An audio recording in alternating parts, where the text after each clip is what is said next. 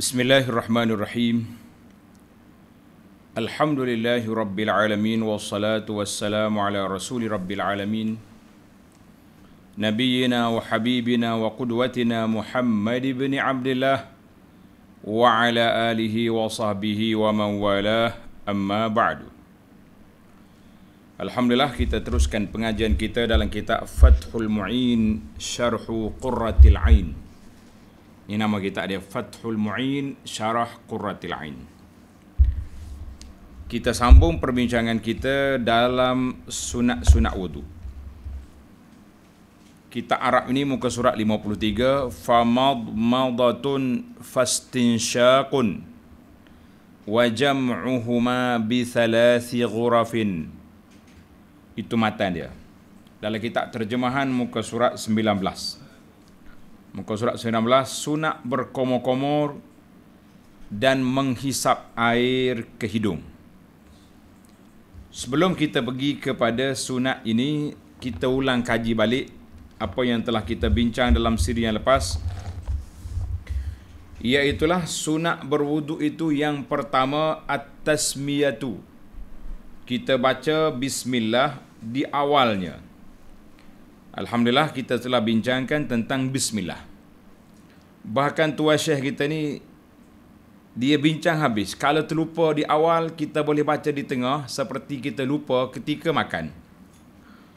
Kemudian dia bawa juga perbincangan tentang bismillah di tengah-tengah surah. Kemudian kita pergi kepada sunat yang kedua, disunatkan membasuh dua tangan. Maknanya sebelum kita mula berwuduk tu, kita bismillah dan kita basuh dua tangan kita dulu. Sunat yang ketiga, disunatkan bersugi, bersiwak. Alhamdulillah, dalam perbincangan lepas kita juga telah belajar tentang tempat-tempat bilakah digalakkan bersugi. Ada beberapa tempat. Cuma ada satu isu yang terakhir. Tuan Syekh kata wa yukrahu lis-shaimi ba'da zawal.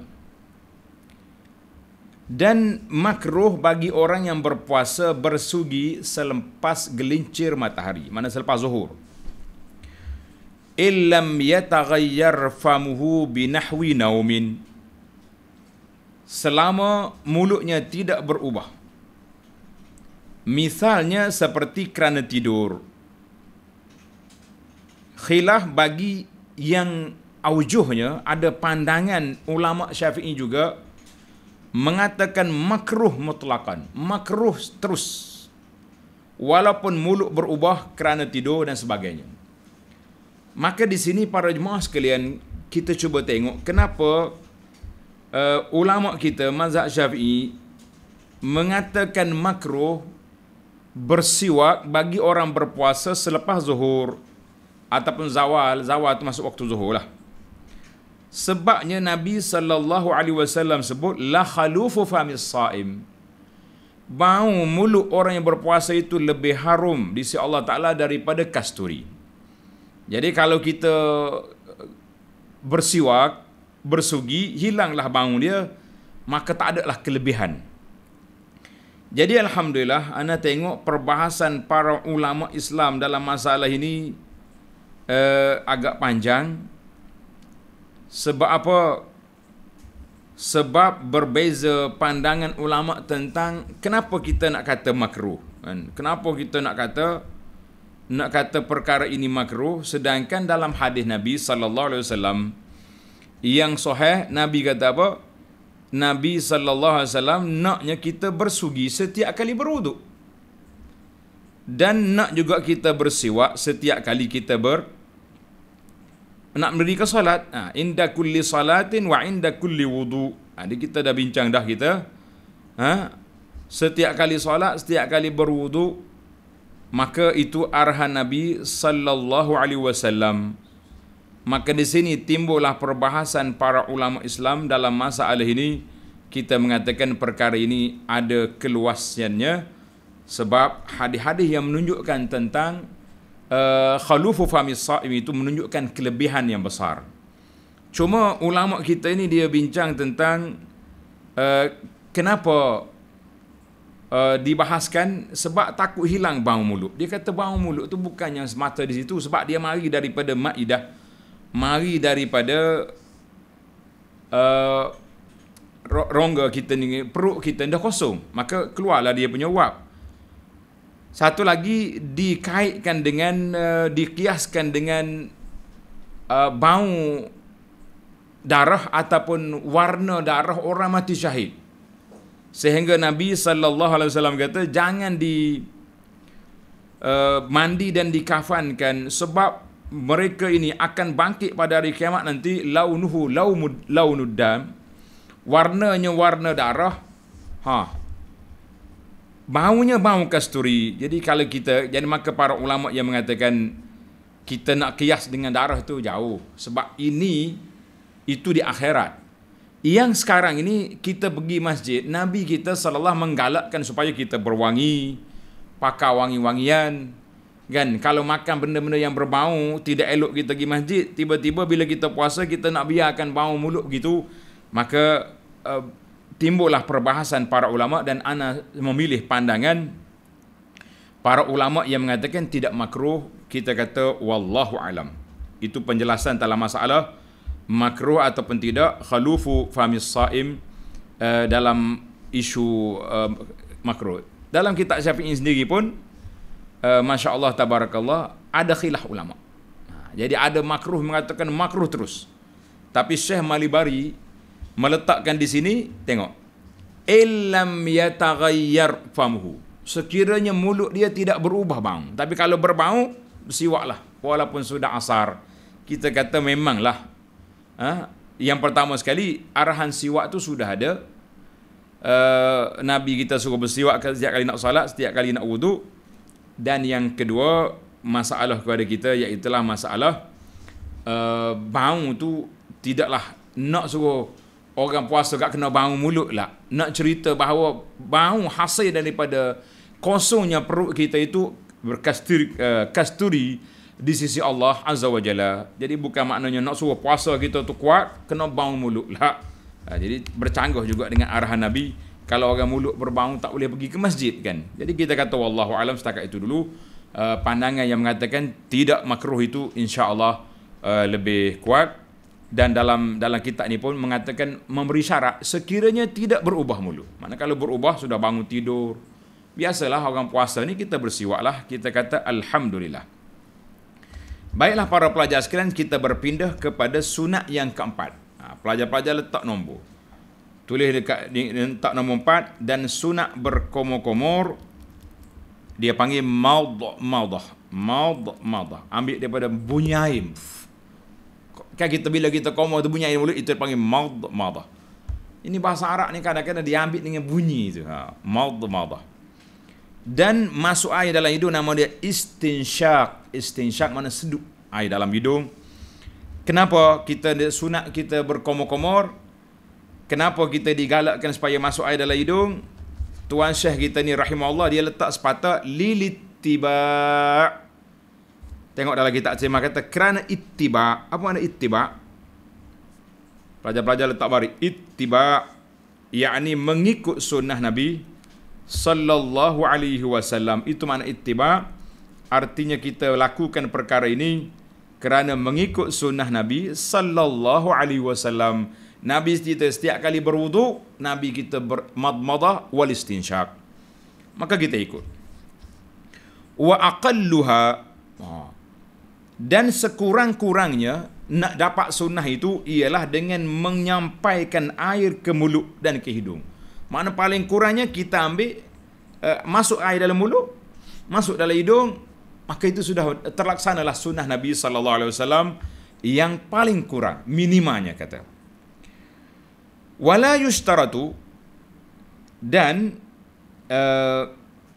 tidak disyaratkan fi husuli asli sunnah, dalam menghasilkan asal sunnah ini tidak disyaratkan mengedarkan air dalam mulut. Maknanya idaratu bil, mana bunyi tak syarat. Masuk dalam mulut tu kira dah sunnah dah tu. Dan maju maknanya luek, Kita kan bila kita komo kita luat balik. Dan mengeluarkannya dari dalam hidung selepas dimasukkan ke dalamnya. Jadi kalau kita masuk hidung sikit tak lemah dah. Tak apa. Kalau kita boleh keluarkan nasr, keluarkan dia. Bahkan itu semua adalah disunatkan.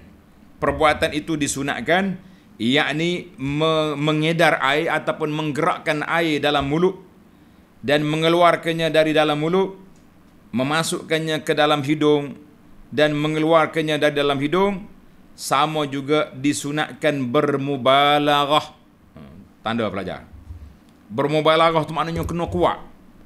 Elok kita tu mubalaghah maknanya kalau kita komo sungguh-sungguh. Terutama lagi kita baru sudah makan.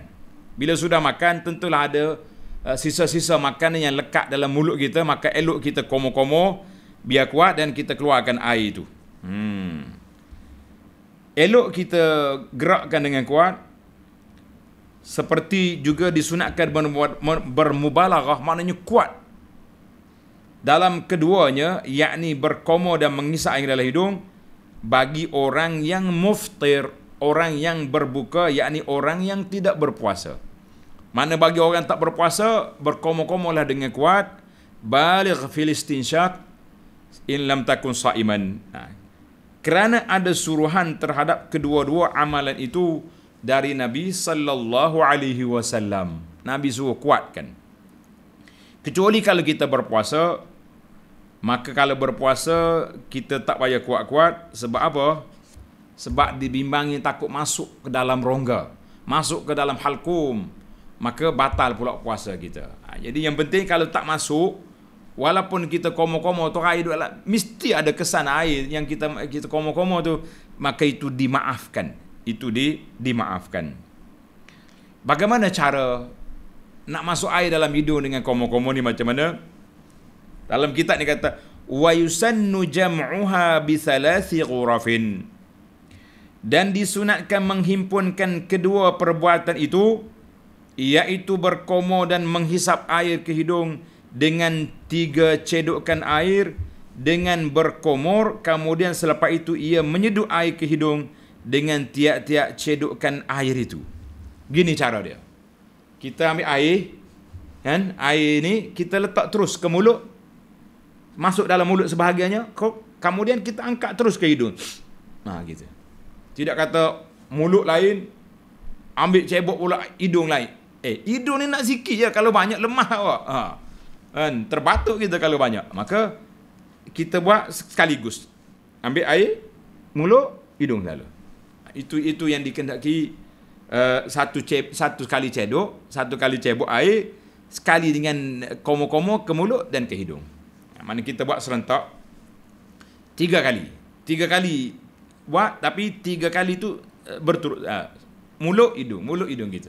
Bukan makna mulut 3 kali lepas tu kemudian berhidung lah. Baiklah para pelajar, tamatlah kita sunnah yang keempat, berkomo-komo dan masuk air ke hidung. Kena buatlah ni. Walaupun dia sunat, tanda pelajar, walaupun ini amalan sunat, tapi dia sunnah. Kita kena kembarkan baru kita rasa gagah. Sunat tu maknanya kalau tak buat sah wuduk, tidak berdosa. Tapi bila kita kembarkan dengan dia sekaligus sebagai sunnah, maknanya amalan Nabi sallallahu alaihi wasallam, barulah kita terasa gah, rasa nak buat, rasa tak nak tinggal. Sebab apa? Sebab cintakan Nabi sallallahu alaihi wasallam menjadi amalan baginda Nabi sallallahu alaihi wasallam. Sekarang ini kita berpindah kepada yang kelima. Tanda letak nombor 5. Wa mashu kulli ra'sin. Sunat yang kelima, dan menyapu air ke seluruh kepala. Dengan menyapu walaupun rambut yang berjuntai, kita nak atas kepala, bukan atas rambut. Kita kena beza, kan? Contohnya orang ni rambut panjang sampai begini, kita basuh atas kepala je. Kalau rambut turun tu tak dah. Orang pasal di rukun dia sapu kepala, bukannya sapu rambut, kan? Baik. Kenapa perbuatan ini dibuat? Sekali lagi Tuan Syekh guna perkataan yang sama, lilittiba', Kerana ittiba' bagi sunnah Nabi sallallahu alaihi wasallam. Nabi kita sapu kepala, seluruh kepala. Dia tak main ujung-ujung rambut macam tuyuk mandi. Lah. Kena ke tuyuk ni? Kita sekarang ni berada di alam maya ni kena mura'ah. Kalau kita ceramah di kampung kita, kita kata tuyuk. Ada orang kampung panggil pak ide. Yang bahasa Malaysianya, dia panggil pepatung. Pepatung ni kalau dia mandi, ekor dia tu teng air lah. Kita pun kadang-kadang ambil ekor ya. Ambil ujung jari serik, letak sini. Takut kucar dia punya rambut, ataupun orang panggil takut kucar bojeng. Maknanya takut rambut kita tu kucar. Tak comel lah kan. Lah, kita kena sapu seluruh kepala. Itu sunnah. Dan wa khurujan min khilafi Malik wa Ahmad. Sekaligus satu dia sunnah. Yang kedua, nak keluar daripada khilaf pandangan Imam Malik dan Imam Ahmad. Apa dua ulama ni kata? Malik dengan Ahmad kata apa? Kerana keduanya mewajibkan menyapu seluruh kepala. Imam Ahmad dengan Malik kata wajib sapu seluruh kepala. Kalau kata Abu Hanifah kata satu besar jari. Tapak tangan tu gitu. Artinya, buat yang sunnah ini hati tenang, kita tak mikir tentang khilaf-khilaf ulama, kita dapat melaksanakan sunnah seluruhnya. Alhamdulillah. Fa in iktasara 'alal ba'. Baik. Maka kalau seorang itu nak menyapu sebahagian daripada kepala, maknanya kita nak kekal dengan hak kita belajar asal, nak sapu ke sebahagian kepala, maka kita nak sapu dari mana? Dari depan ke dari belakang? Maknanya nak sebahagian kepala saja, bukan seluruhnya. Maka yang aulanya, yang utamanya, hendaklah ia menyapu air atas ubun-ubunnya. Nasiyah. Arab kata nasiyatin. Nasiyah tu mana ubun-ubun. Ni atas sini, sapu dahi ni. Ni ubun-ubun ni. Dahi, atas dia tu ubun-ubun. Pelajar-pelajar letak baris ubun-ubun, jangan baca atas ubannya. Ada setengah orang yang belajar bahasa Arab, dia capu dia ni baca menyapu air atas ubannya. Sudah, kepala dia tak ada uban, nak sapu ni tak pun mana penat kita. Ubun-ubun maknanya atas nasiyah, atas ni dahi, ubun-ubun. Baik, sekarang ni pelajar tanda cara, tulis tepi kita tu, cara menyapu kepala yang sempurna mengikut sunnah Nabi sallallahu alaihi wasallam. Tengok betul-betul. Dengan cara menyapu air di kepala yang aula, yang utamanya sekali ialah tengok. Ia meletakkan dua belah tangannya pada bahagian hadapan kepalanya dengan dua telunjuknya bertemu dan dua ibu tangannya pada pelipis kanan dan kiri. Lalu ia menolakkan kedua tangannya ke belakang beserta dengan jari-jarinya yang baki lagi. Baki daripada ibu jari tadi. Selain daripada dua ibu tangannya sampai ke tengkuk, mana sampai ke akhir kepala. Kemudian ia menarik kembali kedua tangannya itu ke hadapan kepala kalau kepalanya ada rambut. Maka rambutnya menjadi terbalik. Kalau tidak, rambut tak ada, hendaklah ia hanya menolak tangannya ke belakang saja, tidak menarik kembali ke hadapan. Kenapa? Kerana kalau ditarik kembali, maka airnya menjadi musta'mal. Kerana menyapu kepala itu sebahagiannya adalah wajib, sebahagiannya adalah wajib. Mana kita seolah-olah kita guna kali yang kedua. Itu pandangan dalam kitab kita ni. Baik. Kita kena buat lakonan baru nampak. Begini cara dia. Kita basahkan dua tangan kita ni, basah dua tangan. Kemudian kita ambil. Beginilah. Ambil, letak tangan kita ni atas kepala dua-dua. Ni, jari dengan jari kena sini. Ibu jari duduk di sini. Duduk di pelipis ni. Pergi gini. Pergi ke belakang. Kalau rambut kita panjang, kita pusing balik ke depan sampai kena, biar kena semua. Mana kalau kita gini, pusing, 2 jari duduk sini, duduk di pelipis. Tarik sampai kena semua, baru pusing balik ke depan. Itu bagi orang yang rambut, kalau ada rambut. Kalau tak ada rambut, cukuplah kita buat sekali je sebab dah basah semua dah. Kepala kita tu, kita kata alhamdulillah. Itulah yang sunnah Nabi sallallahu alaihi wasallam yang kita nak amalkan. Jadi masyarakat kita ni sudah terbiasa duduk main sapu 3 orang rambut je sudah cukup. Maka wuduk kita begitulah keadaannya. Ambil, kalau pakai kepiah pun angkat kepiah gitu kan. Sek kat sini kan. Saya kata macam pepatung mandi ya. Lo gitulah. Kita sempurnakan sapu kita tu seperti yang Nabi kita ajar sallallahu alaihi wasallam. Bukalah rambut kita tu. Bukalah dia punya kopiah, songkok kita. Dan ramai pula masyarakat hari ni pun tak bersongkok pun. Nah, lagi senang. Cuma bimbang takut dia punya sikat rambut tu lari. Tak payah. Orang Kelantan kata takut kucak bojeng. Itu yang paling mudah sekali. Tak apa takut kucak bojeng, kita sikat baliklah, betul balik. Allahu Akbar. Kita takut sayang ke rambut, tapi kita tak sayang ke sunnah Nabi sallallahu alaihi wasallam. Ini satu masalah yang berlaku. Baik para jemaah sekalian, timbul lagi soalan daripada pihak muslimah. Dia kata muslimah macam mana ustaz? Sama, muslimin dengan muslimah dua-duanya memerlukan kepada sunnah Nabi sallallahu alaihi wasallam. Muslimah pun sama juga, bawa ke belakang sampai ke ni ya, ke hak kepala saja. Sampai ke hak kepala. Dia tak perlu kepada jangan ikut rambut dia. Ada orang muslimah ni masya-Allah rambut dia panjang sampai ke bumi. Mana ada? Kita bukan ikut rambut tolak sebab kita diminta supaya famsahu biruusikum, sapu kepala, bukannya sapu rambut. Bukan ikut rambut, kebetulan rambut atas kepala. Sebab itulah kita nak ke depan, ke belakang, ke depan, supaya rambut kita tu basah sampai ke mana? Sampai ke kepala kita. Alhamdulillah. Itu satu kategori andainya kepala kita kosong. Maknanya boleh dibuka songkok ataupun kopiah, ataupun memang tak berkopiah, tak bersongkok, maka itulah cara dia. Baik. Sekarang ni kita pergi kepada satu kategori lagi bagi orang yang berserban.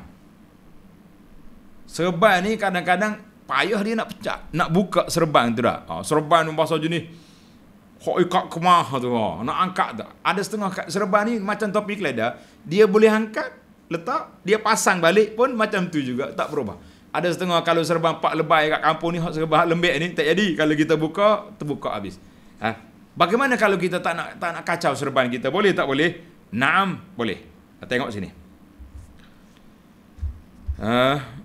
Wa in kana ala ra'sihi imamatun, dan kalau ada atas kepalanya serban, au qalansuah.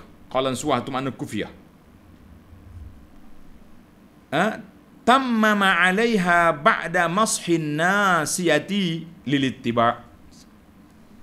Maka hendaklah ia menyempurnakan sapu di atas serban atau kupiahnya selepas menyapu air di atas ubun-ubunnya. Jadi kita boleh gini, serban kita ni kalau kita rapak sini, kita angkat sikit ke atas gini, biar ada ubun-ubun sini kan. Maknanya kita bila kita nak sapu kepala, kita sapu sini, kemudian terus je atas serban kita, atas kopiah kita. Bagi muslimat boleh je dia terus atas kain tudung dia. Muslimat tak nak buka tudung kan, mungkin dia ambil tempat public, orang nampak ke aurat ke macam mana, ataupun memang dia tak nak buka. Boleh je, sikit biar kena di ubun-ubun sikit, kemudian yang lain tu terus atas tudung, atas serban, atas kopiah, atas topi, atas kain tudung, kain kana, kain telekung, semuanya boleh buat. Oh, dia kata apa faedah? Itu dipanggil isyarah. Kita juga belajar kepala ini di atas, lawan kepala kaki. Kaki kita sebagaimana boleh disapu atas khuf, kita juga boleh sapu di atas serban. Kita Masya Allah. Cuma hukum dia tak berbeza. Khuf kita boleh sapu sampai 3 hari 3 malam kalau musafir kan. Kalau tak musafir 1 hari 1 malam. Tapi serban tak, kita kena kepala sikit, barulah disempurnakan sapuhan itu di atas serban. Tuan Syekh kata lilit tiba, kerana ikut sunnah Nabi sallallahu alaihi wasallam, masha ala nasiyatihi wa ala al-imamah. Itu dalam hadis.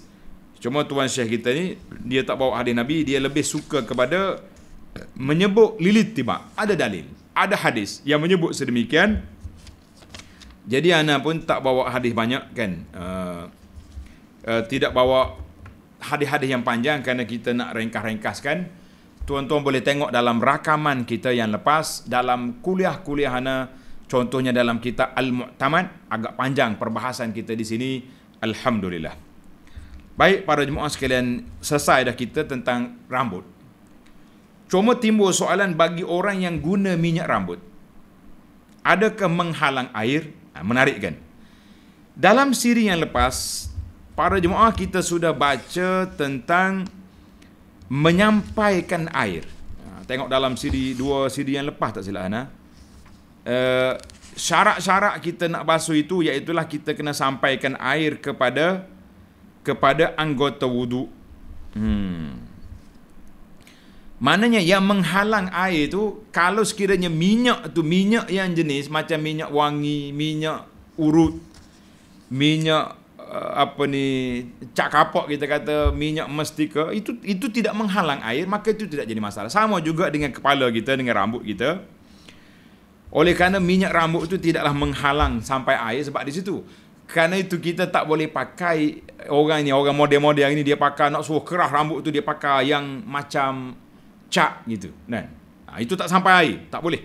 Tapi minyak tidak menghalang air itu boleh. Walaupun tidak lekat di rambut, tapi dia sudah basah. Alhamdulillah, para jemaah sekalian, tamatlah kita perbincangan kita yang kelima. Sekarang ni kita masuk ke sunat yang keenam.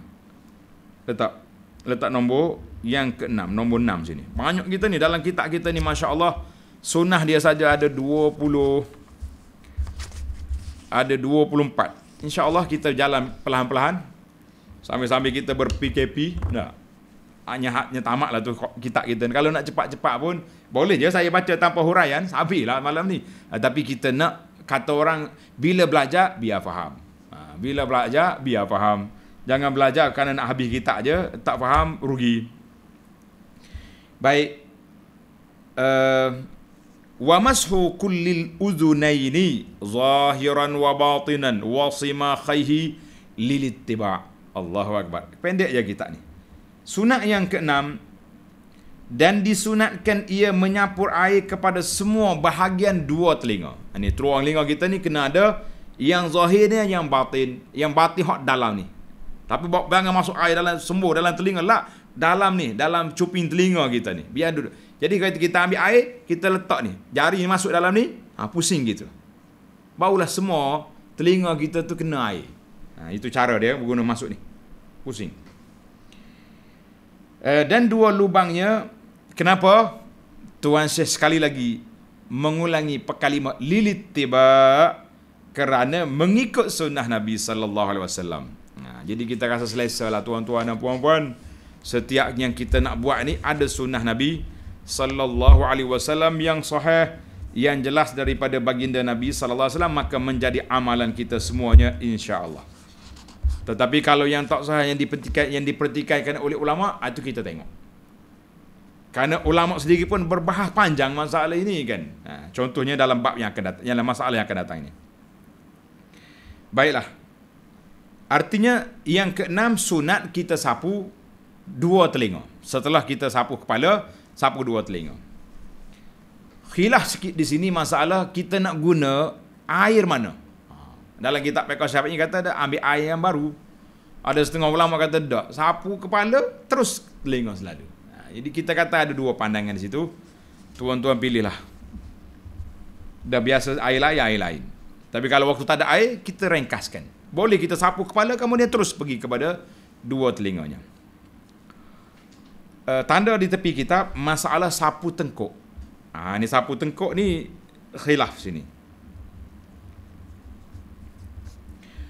Wala yusannu mashur raqabah idh lam yasbut fihi syai'un. Masya Allah. Syekh Malibari rahimahullah, dia bagi keputusan yang baik dalam masalah ini, dan tidak disunatkan menyapu air kepada leher. Dia ada setengah orang ni, lepas dia sapu telinga kan, ni dia sapu sini pula, ambil air sapu di tengkok. Nah, kenapa tidak disunatkan? Tanda situ, iz lam yasbut fihi syai'un, kerana tidak sabit sesuatu nas yang sahih berkenaan dengan perbuatan itu. Berkenaan dengan perbuatan itu. Jadi oleh kerana tidak sahih dengan perbuatan itu, kata Imam Nawawi, tengok dalam kitab terjemahan ni, dia ada tambahan. Dalam kitab asal tidak ada ni. Tuan-tuan ikut sini. Kerana tidak sabit suatu nas berkenaan dengan itu. Kemudian dia mari tetapi itu letak kurungan. Itu tambahan daripada penterjemah. Dalam kitab asal yang ada di tangan saya ni tidak ada. Dia pergi kepada Qala Nawawi. Sampai kepada nombor 5 tu tutup kurungan, itu tambahan. Kita pergi terus kepada kata Nawawi. Qala Nawawi rahimahullahu taala, bal huwa bid'atun wa hadithuhu mawdu'. Imam Nawawi berkata, menyapu air pada leher itu adalah bid'ah, dan hadisnya adalah hadis mawdu'. Itu Tuan Syekh kita, Syekh Malbari, menukilkan pandangan ini daripada siapa? Daripada Imam Nawawi. Imam Nawawi bagi kata putus, perbuatan sapu tengkuk bid'ah, dan hadisnya adalah mawdu'. Baiklah, oleh kerana ada nota kaki, kita baca juga dalam kurungan tadi. Berkenaan dengan itu, bermula itu tanda kurungan. Tetapi ulama sufiyah ada berpegang kepada hadis yang menganjurkan menyapu air pada leher. Misalnya Imam Al-Ghazali dalam kitab Al-Ihya. Imam Ghazali dalam kitab Ihya, dan Syekh Abdul Samad Al-Falimbani dalam kitabnya Sayrus Salikin. Dia kata apa? Dia kata, sehingga engkau amalkan akan dia, dan jikalau ia didhaifkan oleh setengah ulama fuqaha sekalipun. Jadi kita kata dalam masalah ini khilaflah ulama dalam masalah sapu tengkuk, tapi oleh kerana Imam Nawawi ini seorang imam yang besar kan, bagi kitanya Imam Nawawi ini rijal dalam masalah ilmu hadis. Sebab itu Tuan Syekh Malibari dia letak sepatah la yusan, kata putus tidak sunat sapu tengkuk, kerana tidak ada hadis yang sahih daripadanya. Baik, anda baca kata-kata Imam Nawawi supaya kita nampak perbincangan para ulama kita, ulama mazhab Syafi'i. Qala An-Nawawi rahimahullah ta'ala dalam kitab Al-Majmu' jilid yang pertama muka surat 489. Berbeza pandangan ulama mazhab Syafi'i dalam masalah sapu tengkuk ketika berwudu. Ringkasan daripada perbahasan ulama mengatakan ada 4 pandangan. Yang pertama sunat sapu tengkuk dengan air yang baru, maknanya ambil semula, lepas pula selesai tadi air baru pula. Yang kedua, yustahabu, elok tapi tidak sunat. Yustahab wala yuqalu masnun, dia tak kata sunat, dia kata elok, sebab ada pandangan ulama. Yang ketiga, sunat kita terus je dengan air selepas pada kita sapu telinga, terus ke tengkuk. Yang keempat, la yusannu wala yustahab, tak sunat tak elok. Macam kita Syekh Malbari ni, tak sunat tak elok. Qala An-Nawawi wa huwa wa hadzal rabi' huwa as-shawab. Pandangan yang mengatakan tidak sunat dan tidak elok, itulah yang betul, yang benarnya. Walihada lam yadhkurhu Syafi'i rahimahullahu ta'ala wa radiyallahu, karena itu Imam Syafi'i tak sebut dalam kitab dia. Dan juga ulama-ulama mazhab Syafi'i mutaqaddimun yang awal, mana sebelum Imam Ghazali itu tidak sebut. Walam yadhkurhu aidan aktsarul musannifin, ramai ulama-ulama fiqh mazhab tak sebut masalah ini. Apa satulah tuan penterjemah kata ada ulama sufi yang sebut. Baik, kata Nawawi lagi, ni anda baca kata-kata dia lah. Walam yasbut fihi anin nabi. Tidak sabit daripada Nabi sallallahu alaihi wasallam, dan telah sabit dalam kitab Sahih Muslim dan lain-lainnya. Nabi kata syarrul umuri muhdatsatuha wa kullu bid'atin dalalah. Imam Nawawi bawa hadis ni. Wa fi sahihaini, dalam Bukhari Muslim, man ahdasa fi amri dinina ma laysa minhu fa waraddun. Dua hadis dia bawa, kan. Kemudian dia bawa sebagai insaf, Imam Nawawi bagi tahu kepada kita manakah dalil yang mengatakan boleh sapu tengkuk. Mana dalil? Ada dalil. Wa ammal hadisul marwi, hadis yang diriwayat daripada Talhah bin Musarrif an abih an jaddihi, dia tengok Nabi sallallahu alaihi wasallam yamsahu ra'sahu hatta yablughal qazal. Maknanya dia tengok Nabi kita sapu sampai ke sini, muqaddimal unuq, sampai ke tengkuk ni. Qala an-Nawawi fa huwa hadisun dha'ifun bil ittifaq. Maka hadis itu hadis dhaif dengan ittifaq para ulama. Wa amma qaulul Ghazali, adapun pandangan Imam Ghazali yang mengatakan sapu tengkuk itu sunat, karena ada riwayat hadis mashur raqabati amanun minal ghul. Siapa dia sapu tengkuk, maka orang ni aman daripada al-ghul, aman daripada dia kena diikat di tengkuk dia, kena dirantai, dibelenggu di tengkuk. Qala an-Nawawi ghalat, itu satu pandangan yang silap. Li'anna hadza mawdu' laisa min kalamin Nabi sallallahu alaihi wasallam, kerana hadis yang dibawa oleh Nawawi oleh Ghazali itu mawdu', hadis palsu, bukan daripada Nabi sallallahu alaihi wasallam. Intaha min kalam an-Imam Nawawi. Jadi alhamdulillah kita bahas di sini supaya para pelajar kita tahu pandangan ulama Islam dalam masalah ini. Kita kata alhamdulillah. Baik, kalau kita kata nak beramal juga dengan hadis fadail, kita kata terpulanglah. Cuma apa yang saya sampaikan di sini, kata-kata Al-Maribari dalam kitab dia ni dan juga Imam Nawawi, cukuplah dua imam yang besar. Kalau kata nak pelajar, orang kata walaupun hadis dhaif sekalipun, kita nak amal juga, itu terpulanglah. Tapi kalau tanya, kalau kita kata kesimpulan kita, tak perlu kita buat. Sebab apa? Sebab yang sunnah Nabi ni, kadang-kadang sapu kepala sikit ya. Tapi tengkuk sapu dia. Hak sunnah kita tidak amalkan. Tapi yang menjadi pertikaian ulama ni, hadis ada kata hadis yang dikatakan sapu tengkuk itu aman daripada dibelenggu, itu hadis maudhu'. Kenapa kita nak jadi cuma ada hadis lain yang mengatakan tadi, yang hadis Talhah tadi tu. Hadis Talhah tu tadi ada kata dhaif di situ. Kita kata alhamdulillah ada perbincangan para ulama. Jadi kita pilihlah mana yang kita nak amalkan. Baiklah para jemaah sekalian, itu yang ke berapa? Yang ke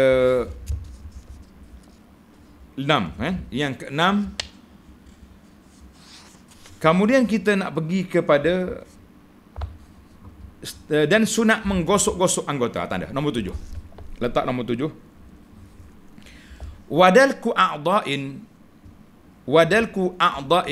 wa huwa imrarul yadi 'alaiha, dan sunat menggosok-gosok anggota wudu, yakni menggosok-gosok tangan di atas anggota wudu sesudah terkena air.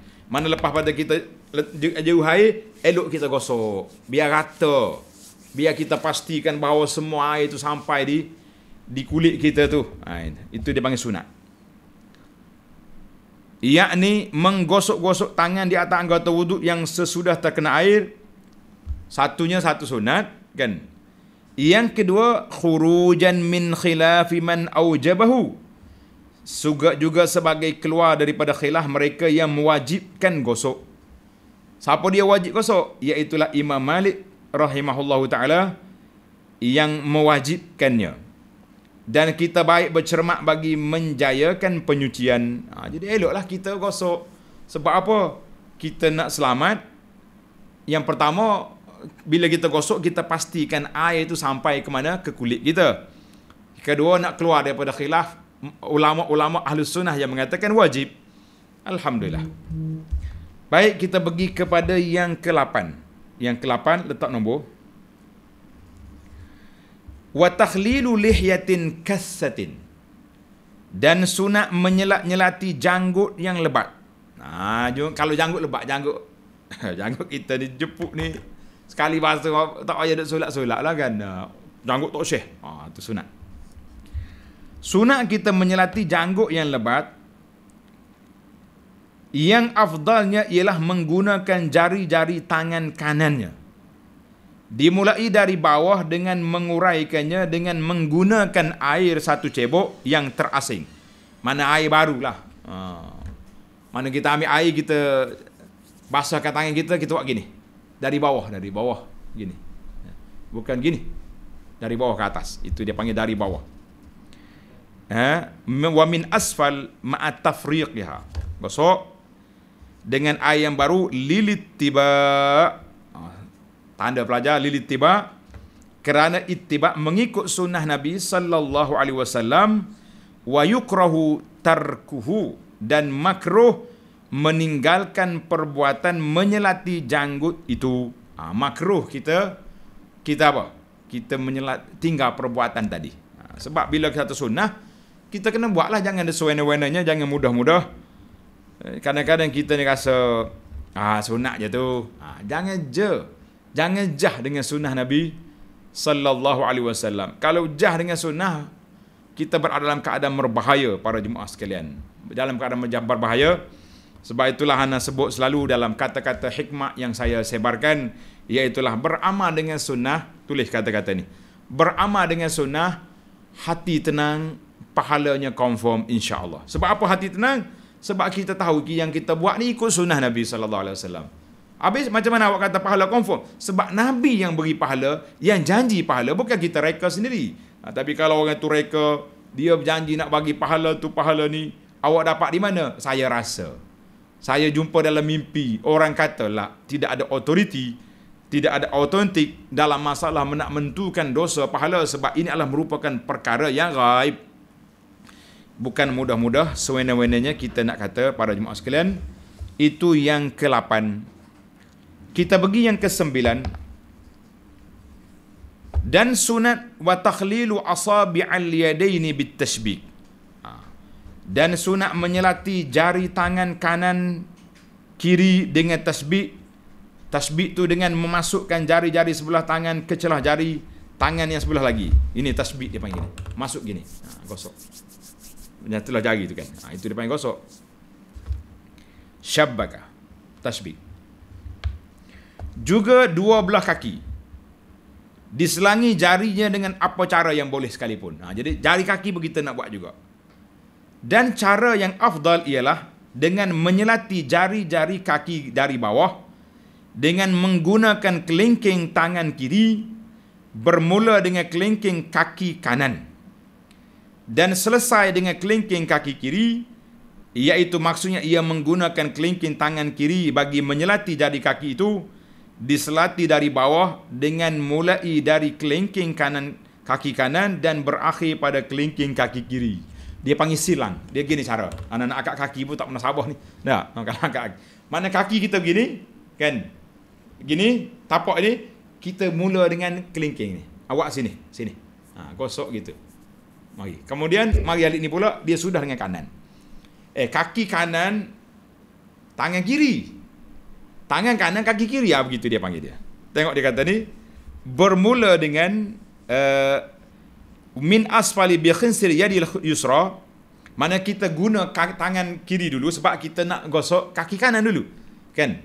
Nabi kita suka kanan. Maka ni dengan kaki kiri, cubalah buat yang ada kat rumah tu, pergi ambil wudu, tapi biar boleh duduk atas kerusi ke apa, kita angkat kaki gini, kelingking kiri mari sini. Buat. Kemudian tukar pula. Tangan kanan pergi ke jari kaki kiri. Itu cara yang terbaik, insya-Allah. Baiklah para jemaah sekalian, ini yang disebut oleh para ulama. Kemudian dan sunat memanjangkan ghurrah. Jadi oleh kerana panjang lagi perbahasan, insya-Allah tanda yang ke-10, sunat yang ke-10, italatul ghurrah, kita akan sambung di dalam siri yang akan datang insya-Allah. Italatul ghurrah dia panggil. Sebab ada cerita panjang Ada hadis yang menyebut tentang kelebihan ini. Mudah-mudahan kita dapat sambung lagi dalam siri akan datang insya-Allah. Subhanakallahumma wa bihamdika asyhadu an la ilaha illa anta astaghfiruka wa atubu ilaik. Wa sallallahu ala nabiyyina Muhammadin wa ala alihi wa sahbihi ajma'in walhamdulillahi rabbil alamin. Wassalamualaikum warahmatullahi wabarakatuh.